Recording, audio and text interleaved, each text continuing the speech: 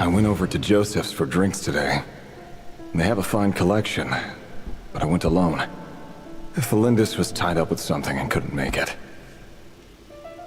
Joseph asked why I came alone, but I didn't really have an answer. He then went on to ask about other things. Felindus. Grain imports keep falling. If things don't pick up, honestly, I don't care if... Grain has to be input. That would explain. They even use. I've just about saved up enough now. Time to buy it and keep it somewhere safe. Making a big purchase. I wonder what it is.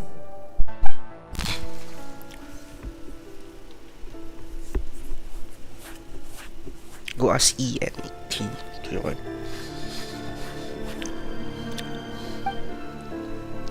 He really is a professional. No wonder he's so good at covering his tracks, despite what he's... Yes.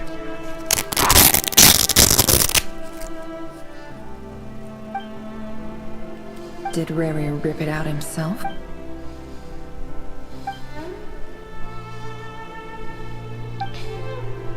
Before I met you, out the burial place of a... It was you. This is just trivial. The burial...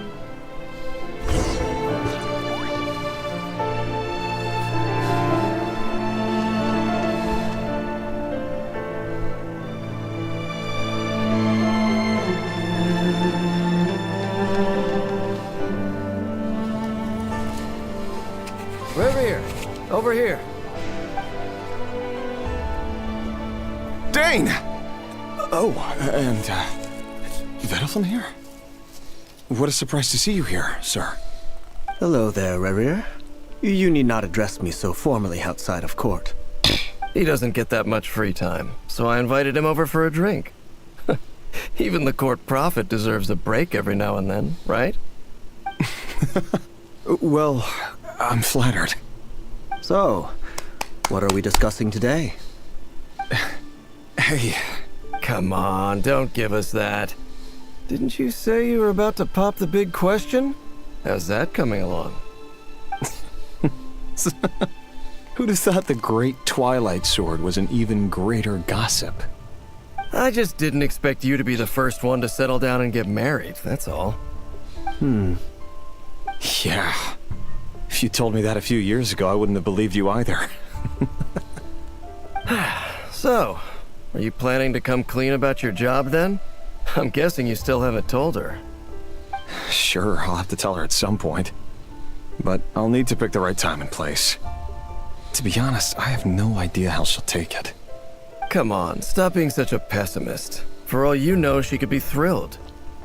I bet she'll be much more impressed by your actual job than the one she thinks you're doing now.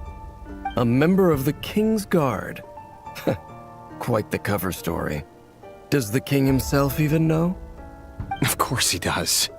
Anyway, enough about me. How have you been? Me? Same old, same old. Nothing much to... Huh? What's up, Fed? It's nothing.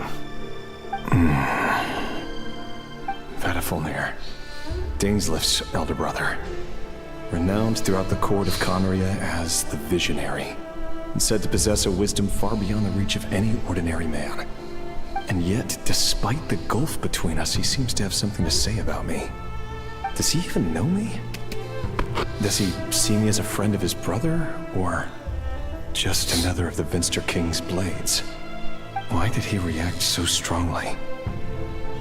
Was it really to do with what we were talking about?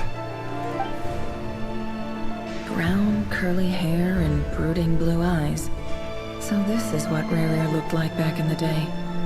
Perfectly normal. No different from anyone else. As frightening as this monster is in the present, there's something even more unsettling about seeing the human he used to be.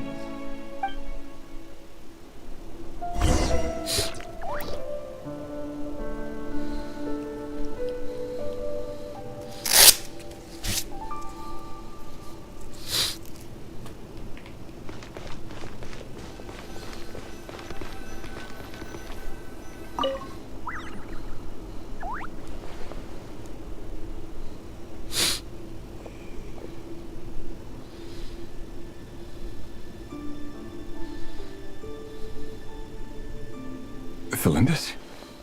You're back early. Our equipment's being serviced today, so I got off earlier than usual. How's your day been? Aw, why the long face?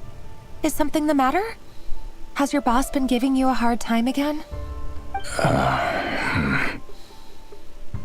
Went for a drink with Dane and the others after work. Isn't that a good thing?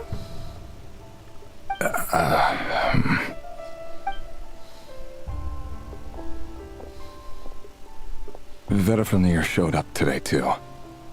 You know, Daneslif's older brother. Ah, Mr. Vedifilnir. Yes, I've heard of him. They say that everything he says ends up coming true.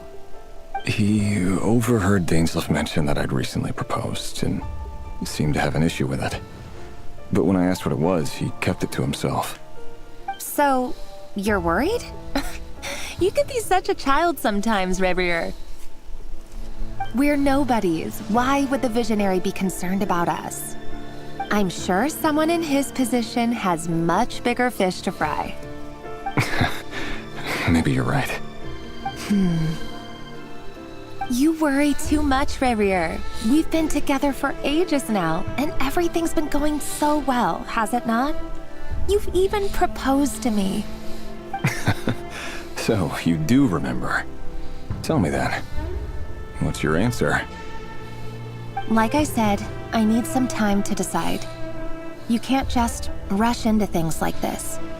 We may be nobodies in the grand scheme of things, but if we want things to work out, we've still got to plan ahead. All right.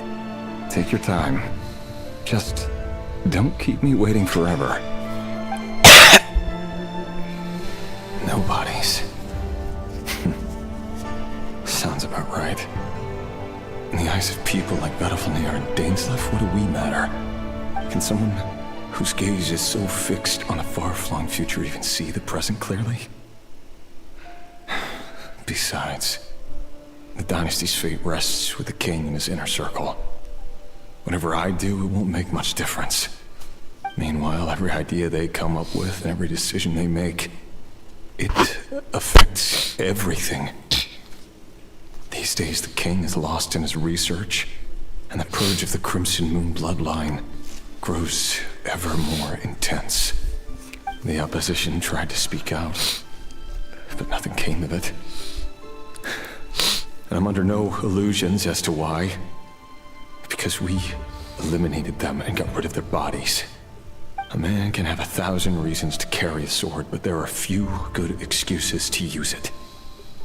Yet the king has never even considered a gentler approach, and he never will. What becomes of someone who kills on another's behalf? Can he ever find true peace?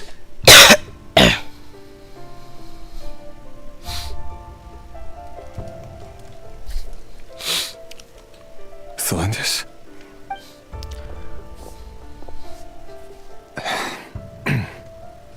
It's nothing. You were right. Fate has never smiled upon nobodies like us. But by the same token, it's unlikely to bear a grudge against us either. There's no reason we can't keep living happily together, cherishing the simple joys of each day as they come. See? You just need to stay positive, Revier. I can feel your warmth, your breath. You're right there, right by my side. Just seeing you makes me happy in a way I can't explain. And that's something that no one could ever take away from me. So smile, my love. Let go of that frown. You're right, Thelindis.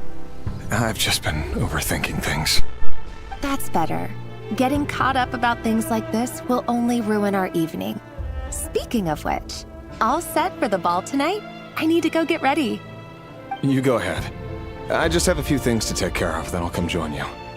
Even busier than the big shots, huh? Fine, I'll go get started. But don't be late. If you keep me waiting too long, I won't be a happy bunny. Relax. I'll be there. Seriously, though, you drive a hard bargain. You're really gonna leave my proposal hanging and still expect me to take you to the ball? Well, that goes without saying. I already told everyone I'd be coming with a dance partner. Besides, they're two completely different things. Let's take it one thing at a time, all right? All right. White outfit it is. It seems like Rerir was deliberately hiding his ties to the intelligence services by giving the impression that he was just an ordinary member of the Venster King's Guard. He clearly doesn't want his would-be fiancée to know about his other life. Then again, that's hardly surprising. People in the intelligence trade rarely do. Who'd have thought we were in the same line of work? Let's dig a little deeper.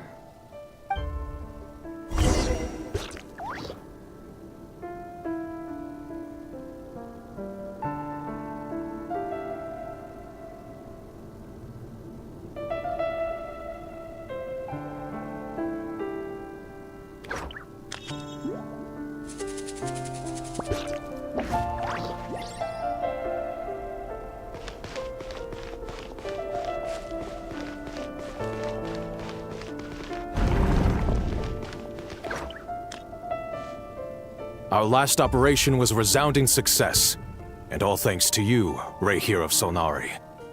In total, we apprehended 32 dregs of the Crimson Moon, and 67 accomplices.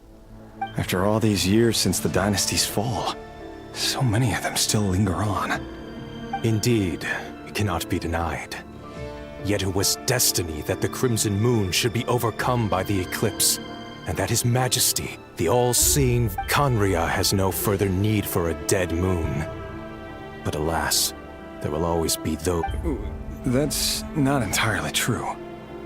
Many of its secrets remain unsolved to this day. As it happens, that's precisely the field of study my partner is devoted to. You still haven't told her what you really do for a living. Where would I even start? How do you tell someone that you're one of the king's hand-picked executioners? That your hands are steeped in blood? You didn't choose this life, any more than I did. Orphans like us don't get a say. But I'll sure as heck be the one to pay for it. Speaking of which, we need to be more rigorous in the way we identify direct descendants of the Crimson Moon. Someone, it seems, has strong opinions about my future plans. Most likely my marriage in particular. I have a feeling that we may soon become targets of the Crimson Moon's retribution. Your concerns are not unfounded. They've taken out many of our colleagues these past few years, and for that very reason.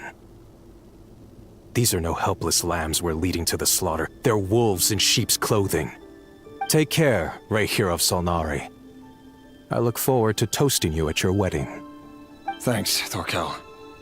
You look after yourself, too.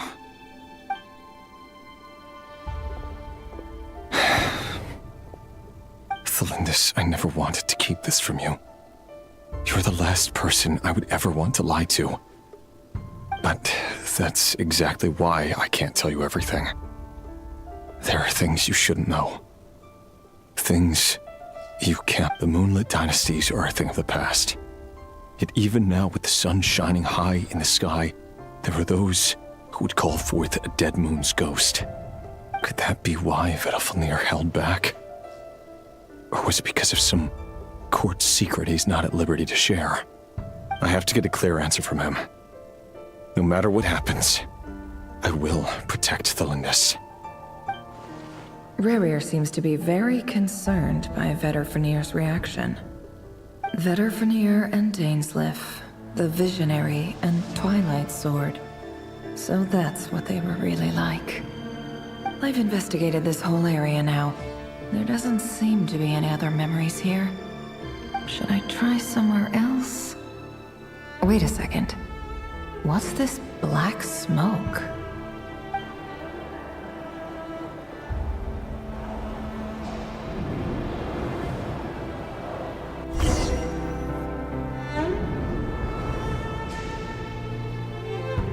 So, he's late after all. Just you wait, Rerir. You're in for it. Big time. Are you waiting for someone, ma'am? Could I tempt you into buying some flowers? Oh, sure. Pick me out a pretty bunch if you would. Thank you. But I'm afraid none of them are as pretty as you. For someone so young, you sure have a way with words, don't you? I'm only telling the truth. Look me in the eyes. You'll see I'm not lying. May we have a word in private? Who are you? And what do you want? It doesn't matter who I am. Too many of our kind have fallen lately, so I decided to take the risk of reaching out. Not long ago, the Ray here of Solnari led an assault on one of our strongholds. We suffered many casualties, and many who came to our aid lost their lives as well. Sorry, I don't know why you're telling me this. And I don't want to get involved. Wait, hear me out. This time we finally got a clear look at his face and learned his true identity. His name is Rarier, and he claims to be one of the King's guards. What did you say? A cruel irony, isn't it? The man you're set to marry leads a double life as a brutal executioner. But surely, you must have caught a whiff of the blood on his hands. Why are you telling me all of this now? Simple. It's because... How strange. Rarier was nowhere to be seen in that memory. It clearly belonged to the Lindis. Rarier couldn't possibly know what happened if he wasn't even there. Why would her memories appear in his fragment? The ceremony won't last much longer. I think it's time to call it a day.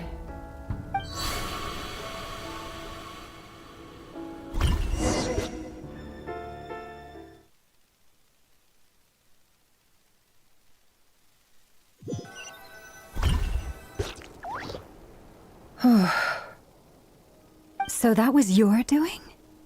Did you just pull us inside Rarier's fragment to spy directly on his memories? Any more questions, and I'll have to start charging.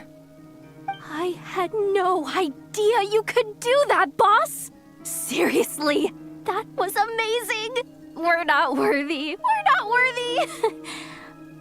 I gotta admit, though, I'm itching to see what happens next. Feels like we barely scratched the surface. I'm just as curious as you are, but the ceremony only allows for limited time inside. That's all we can see for now. Luckily, we managed to learn quite a lot. So far, so good. I just hope the others are doing okay too. Especially the group with the Traveler. Their mission is a risky one. Let's hope it's all going smoothly. If you're worried about them, go see how they're doing. If I know boss, she's gonna need some time to write up all the details and make sure it's all coherent. I'll stay behind to lend a hand, but feel free to head back and meet up with the others.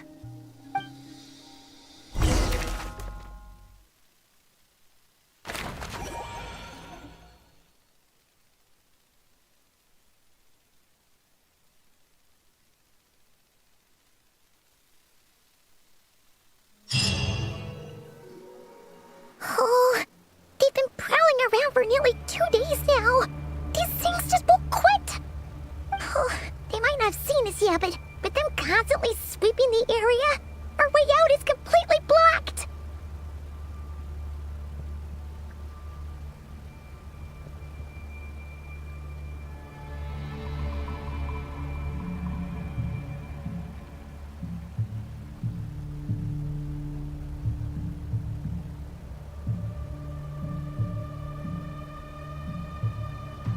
Oh, that's never gonna work. One little slip up and it's game over. If they spot us, they'll run straight back to Rarier. And once he knows we're here, it won't be long before he's breathing down our necks again.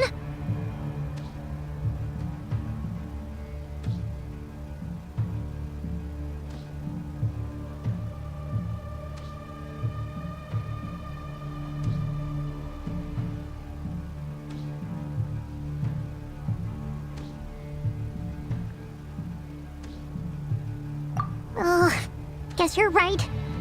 All right, time to zip it.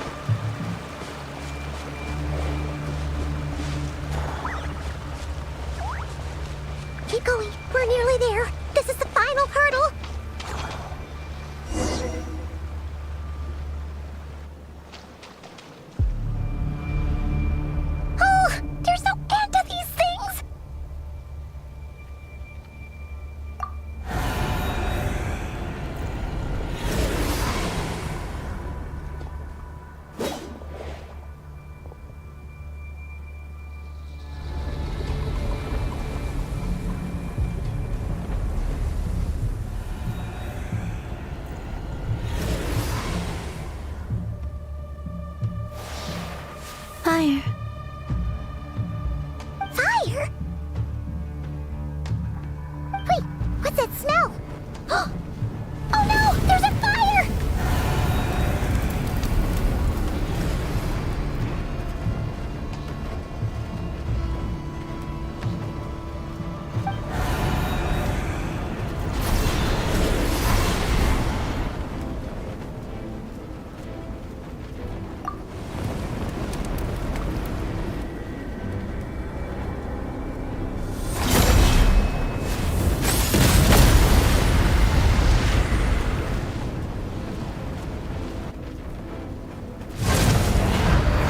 Sandrone was right. You look weak, Columbina. The old you would never have let such lowly creatures bar your way. Word has it that you did something for the Tsaritsa, and that's why you've lost most of your power. Freedom comes at a heavy price, doesn't it? It's Arlecchino! You came! Hello again, Columbina. And greetings, guests of the House of the Hearth. It's been a while, Arlecchino.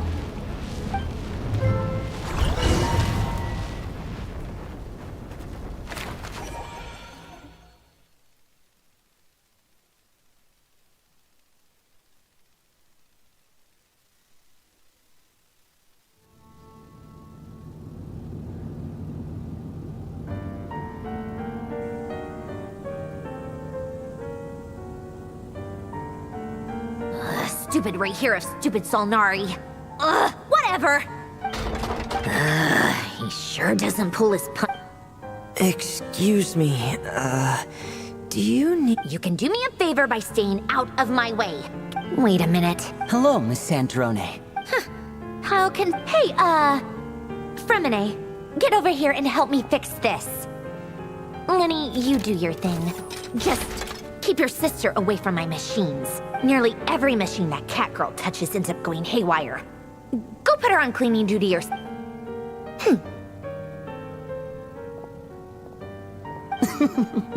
Then let's start downstairs. Fremine, we'll leave this place... You've got it. Wait a second. Pretty sure there's still some tea in the cupboard.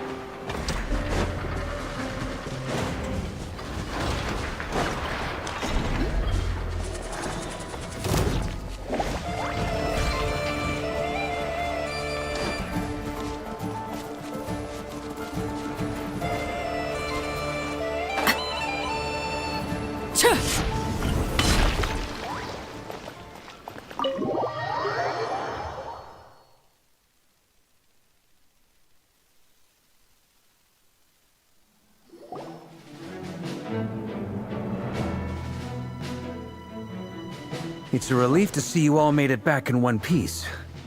Huh? Feels like there's quite a few people missing. Where's Flint's and the others? And what about Niffer? I returned ahead of them. Flint is helping Ino and Annette. Boss is still wrapping things up on her end. I see. But first, who do we have here? You brought someone else in to help? Greetings.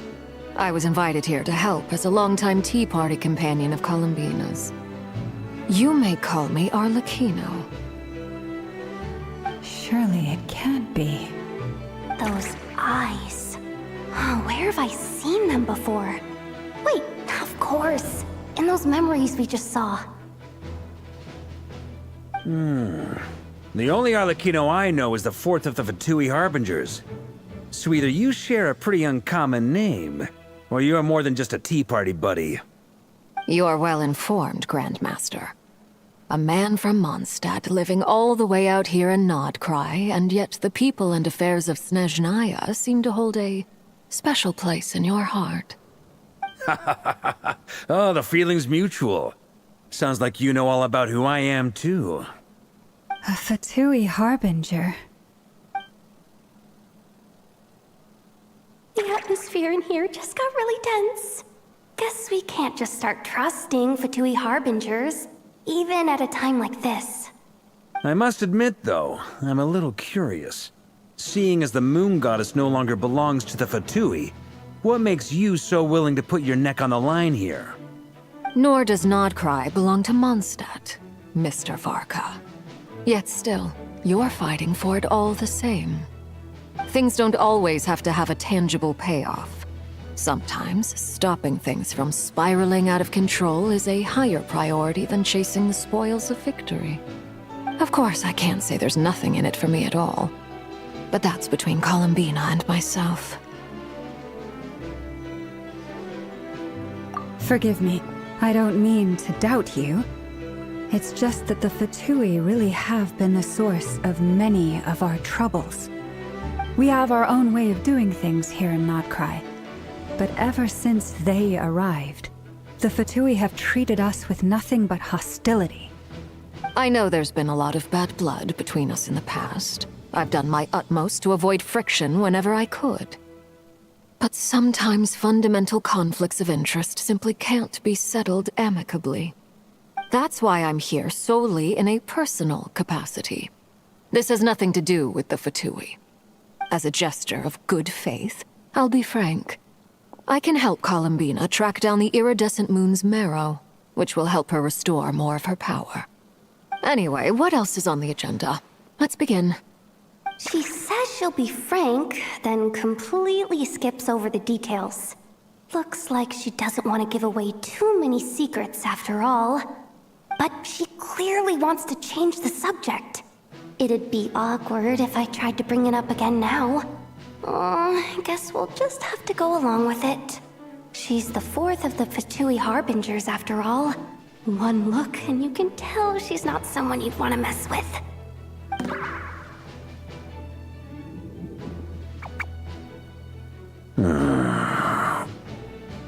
Well, since Miss Arlecchino sounds confident in her ability to handle that, we'll proceed to the next topic. Yehuda, time to share that top-secret intel. Alright, listen up everyone. First, we now know that Rerir was originally a Conrian secret agent whose primary mission was to hunt down and assassinate the so-called Dregs of the Crimson Moon. The Dregs of the Crimson Moon? In the memories, there was a lot of talk about the Crimson Moon and Eclipse, and a whole bunch of other stuff from the time of Conria.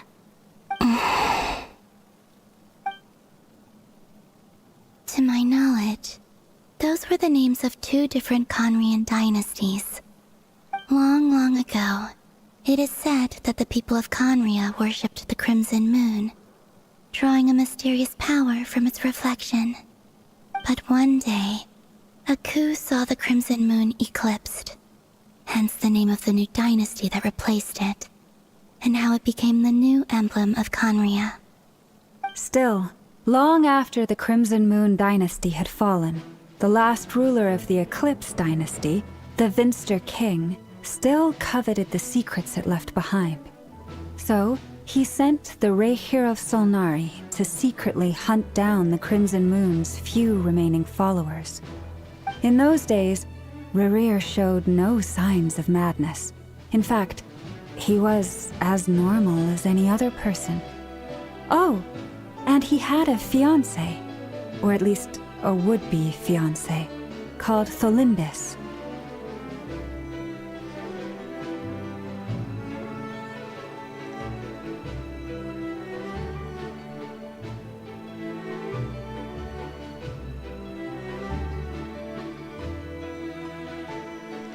What's the matter?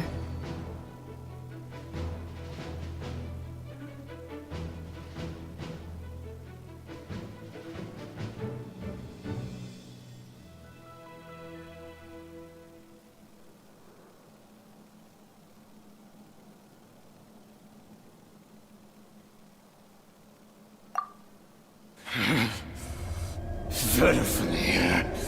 Brine daughter. Flinders.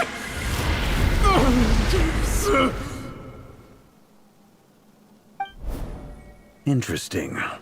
Anything else? What about this would-be fiancée of his? Do we know anything about her? Well, she was a researcher at the Universitas Magistrorum, but it felt like she was hiding some kind of secret. Oh, and one more thing. For some reason, Rerir's fragment also contains some of Thelindis' memories, though only a very small portion. Well, no shortage of potential leads, I'll give you that. In any case, it sounds like we can conclude that while Thelindis was still around, Rerir appeared to be lucid and quite normal. Thelindis, it seems, must have been the one thing in this world that he couldn't let go of. Tell me though, were these pure-blood Conorians we're talking about here? Why do you need to know that? Hold on. If she was a pure-blood Conrian...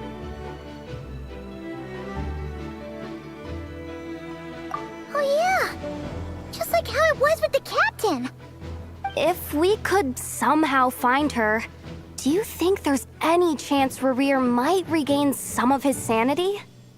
It's possible, but it would take a miracle.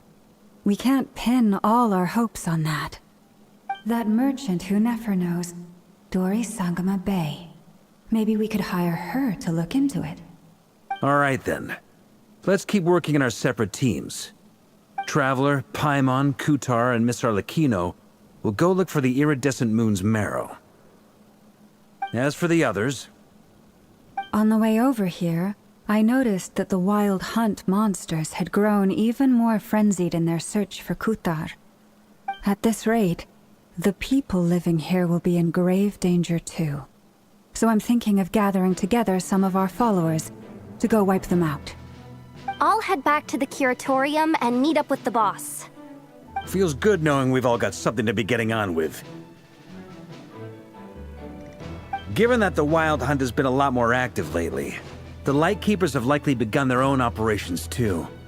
If that is the case, someone will need to pass the news on to Flint's.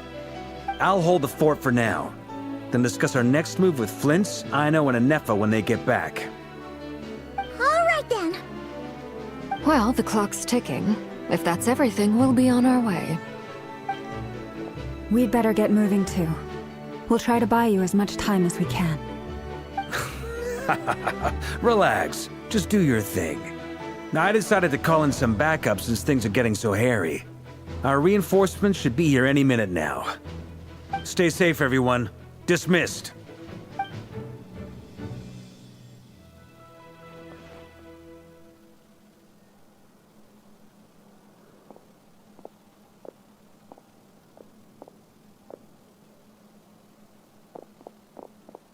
We're back.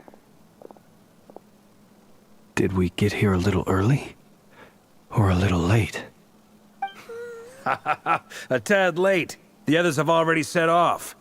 To summarize, our resident moon goddess has found us a new ally, and Boss Nefer has uncovered some promising info. Everything going smoothly on your end? Not great. I don't know how long we can stall them for. The decoys are getting taken out way faster than we imagined. I'm gonna make some more later, but I need a timeout first. I'm so tired right now. Oh, right! Inefa, could you fill in Uncle Varka on what we just discussed with Flint's? Sure. Uncle Varka, you previously told us about how when you went to investigate a source of the Wild Hunt in Amsvartnir, you discovered that it was just a diversion. But according to Flint's intel, several outbreaks of the Wild Hunt had already occurred in Notcry in the period leading up to that. That was before Rerir had regained his body, when he was far from regaining his full strength. In other words, in theory at least, he still lacked the means to act in two places at once. Flint's, with everything that's been happening, the Lightkeepers across Notcry are rallying to fight back against the Wild Hunt. They're gonna need your help. I know, I'm sure you're capable of coming up with something far more effective than decoys. But for now, you should stay here and get some rest. Enefa and I will head back over to Amsfartnir to see if there's anything I missed. I told you Uncle Varka would say that, didn't I? A deal's a deal. Not a word about my snack intake for the next week. Database updated. Reliability of Aino's predictions increased. What does that mean? They were betting on how you'd respond after hearing their intel. It's the obvious choice, isn't it? That's hardly worth betting on. We already decided that Enefa should go investigate the situation over at Amsfartnir on her own. You might as well stay here and keep watch. Someone needs to hang back and oversee our strategy meetings. And besides, you still haven't fully recovered from ambushing Rerir. So I've ended up with the easiest assignment. Well, I appreciate it, everyone. See you when you get back.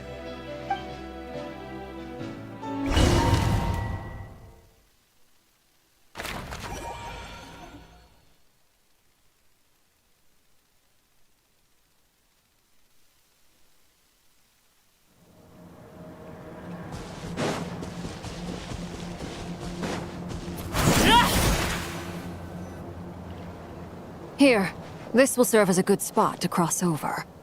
Arlecchino, hold up a second. Since you brought us all this way, we still haven't got to... Simple. Because I am an inheritor of the royal bloodline of the Crimson Moon. And one of the last surviving embers of the Two Worlds' flames. Huh? Are you serious? As in... Your surprise is understandable. But the more I thought about it, the more when I was young, I discovered I could wield a very special kind of fire. What's more, whenever I experienced... Exactly. That is why my hands are like this, too. At first, I saw it only as Together with my own investigations, over the past few years, there are several things that I have gradually come to understand. For instance, take the so-called Crimson Moon. In truth, it is nothing more than the shattered remnants of the iridescent moon, fused with the abyss to prolong its lifespan. Since this blood flame was bestowed upon me by the Crimson Moon, it is a fusion of the iridescent moon's former power and the corruption of the abyss. You all understand the nature of the abyss well enough. I draw upon its power, and in return, it hungers for my soul. This strange blackness is the mark of corruption it has left behind. If I recall correctly, you once told me that if the corruption ever made it to your heart, you'd become a completely different person. Yes, and that's the reason I'm always careful not to push my power too far. It's essentially a never-ending tug of war. Oh, sounds intense. Anyway, the rest of my story can wait. Is there anything else about the Crimson Moon or the Iridescent Moon that you're unclear about? Paimon has a question. So, the Crimson Moon that the Carians used to worship was actually the Iridescent Moon, right? Which was one of the three Moon Sisters. Does that mean that the Carians were to the Crimson Moon as the Frost Moon Scions are to the Frost Moon? So much of that history has been lost. We have no way of knowing exactly what they were like. But I would suspect that the Conrians weren't as devout in their moon worship as it might appear. The iridescent moon's remains simply served as their link to the Abyss. Later on, perhaps someone discovered a way to make direct contact with the Abyss. Or maybe there was some kind of ideological divide. Either way, a dissenting faction staged a coup and drove out the royal heirs of the Crimson Moon dynasty. Still, even with the dark sun looming high overhead, the Crimson Moon's glow never truly faded. If you want living proof, it's standing right before you. The first time we met, I sensed something familiar in your presence. When I looked at you, I felt I could see that mysterious red moon in the corner of my eye. In your flames, I saw its broken image, surrounded by a strange black aura. Well, I appreciate that you kept it to yourself. Much about the Crimson Moon is still a mystery, and I'd prefer not to end up as the object of an insane research project. Anyway, time is against us here, so if there's any other questions, they'll have to wait. I just want to make sure I've got one thing straight. In her letters, Sandrone mentioned that since you are unable to contain the iridescent moon's marrow yourself, you intend to leave it in my custody. Correct? That's right. For now, it's the only way I can pay you back for your help. The iridescent moon is already part of who you are, so with its marrow in your possession, you'll be even more powerful than before. Deal. Then let's get started. Get what started? What does this place have to do with the Crimson Moon? When I first became a Harbinger, the Jester gave me a book called Paranhari, also known as Leobranto Innamorato. You should be able to buy a copy next time you're in Fontaine. It's a love story set in the Crimson Moon era, but setting aside the tangled romances of its characters, it also records a few interesting details.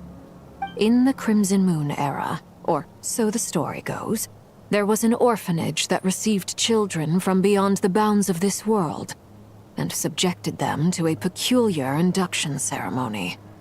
Beyond the bounds of this world? For real? And what kind of induction ceremony? The Crimson Moon sages looked beyond this world for beings with powers that surpassed the gods. But fearing they might lose control, they subjected these children to a process of refinement. They made these children crawl up a fireplace and kept asking them, "Have you died? Did you see it?" Until they finally admitted to having died and seen a crimson moon. The adults embraced the children who passed the ritual, telling them, "Within the fireplace, you have traversed the flames between two worlds. Here and now, you are born anew." The book leaves much unsaid, but I suspect that this was their way of branding the children they had enrolled, leaving an indelible mark upon them so that they would forever live in the Crimson Moon's light. That explains why I can't sense the Crimson Moon's marrow in this world. It makes sense that it would be sealed in a special space that can only be accessed temporarily through some kind of ritual. There's no fireplace here. Do you see a chimney anywhere? That won't be necessary. The fireplace is purely symbolic. The key to the ritual is crossing the flames between those burned away. In short, I can open. The catch is I'll need to stay on this side to keep the passage open, so I won't be able to come with you. Once you're inside, you'll have to find your own way.